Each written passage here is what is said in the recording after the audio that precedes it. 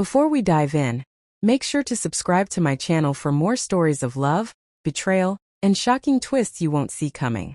If tales of heartbreak, betrayal, and unexpected endings grip you, stay with me, because what unfolded next completely shattered everything I thought I knew. The noise that stirred me from sleep wasn't my alarm. It was the sharp twist of a key in a lock.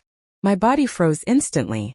The clock beside the bed glowed 6:03 am. Noah was curled against me, arm heavy around my waist, his face pressed into my shoulder as if he truly belonged there. The hotel room was dim, but the early morning light spared nothing. It highlighted truths I had desperately tried to hide. That sound wasn't housekeeping. My throat tightened as I whispered, barely audible, "Becky, wake up." The door opened before Noah even realized what was happening. And there he stood, Ethan, my husband of 6 years. No yelling. No angry words. Not even a glare. He simply stood there staring at me, half covered by sheets, at Noah, confused and sitting upright, at the silent collapse of the life we had built together. Then he did something far worse than shouting. He let the hotel key drop onto the carpet, closed the door, and walked away. I couldn't move. I couldn't think. The echo of that key hitting the floor resonated in my mind like a final verdict. Noah kept asking questions, but his voice sounded distant, distorted, as if I were underwater. My hands shook as I dressed, fumbling to zip my clothes. I didn't look at Noah. I didn't speak. The only sound I could hear was that key. I had been so careful. I told Ethan it was a girls' weekend, showed him fake Airbnb screenshots, covered every detail. I thought I was untouchable. An hour later I returned home. Ethan's car was still in the driveway. I walked in ready to beg, explain, threaten, anything, but he was gone. No packed bags, no note, just a silence so heavy it felt intentional. For 3 days he disappeared. No calls. No messages. No updates. The only evidence he was alive was a $3,000 withdrawal from our joint account. On the 4th day I returned from grocery shopping and found him sitting calmly on the couch, glasses on, scrolling through his iPad as if nothing had happened. "Hi," he said gently. My throat closed. "Ethan, I'm so sorry. I don't even know where to." I started. He stopped me with one simple question. "How long?"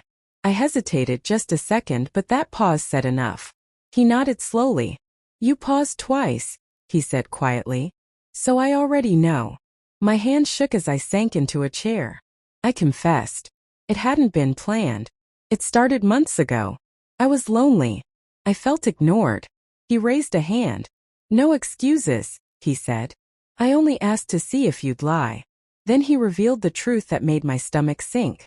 He hadn't followed me to the hotel. He had tried to surprise me. Left work early. Booked a spa weekend.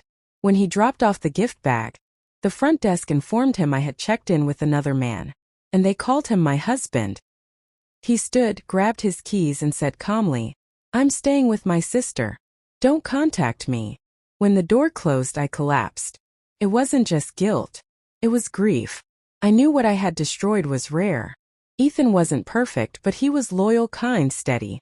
And I had traded that for fleeting attention, excitement, something shallow and temporary. 6 days later, I found a manila envelope on the kitchen counter. Inside, a single sheet. Divorce papers. No anger. No fight. Just an ending. I wasn't ready to lose him. The next morning, I drove to his sister's house, begging him to talk. To my surprise, he agreed. We sat outside, the distance between us unbearable.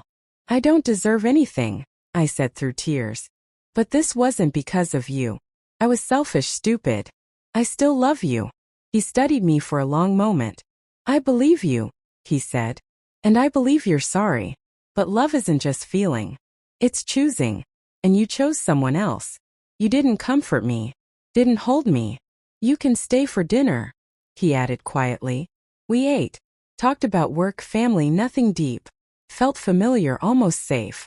When I reached for his hand, he pulled away. "I'm not ready," he said. "And I don't know if I ever will be." We texted occasionally after that.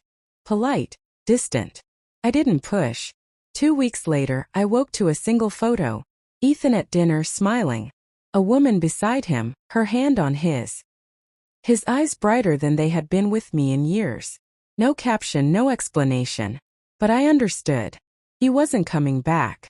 That's when it hit me. I hadn't just cheated. I had thrown away a marriage, a future. A man who trusted me more than I deserved. Some mistakes don't get second chances. I learned that the moment I lost him.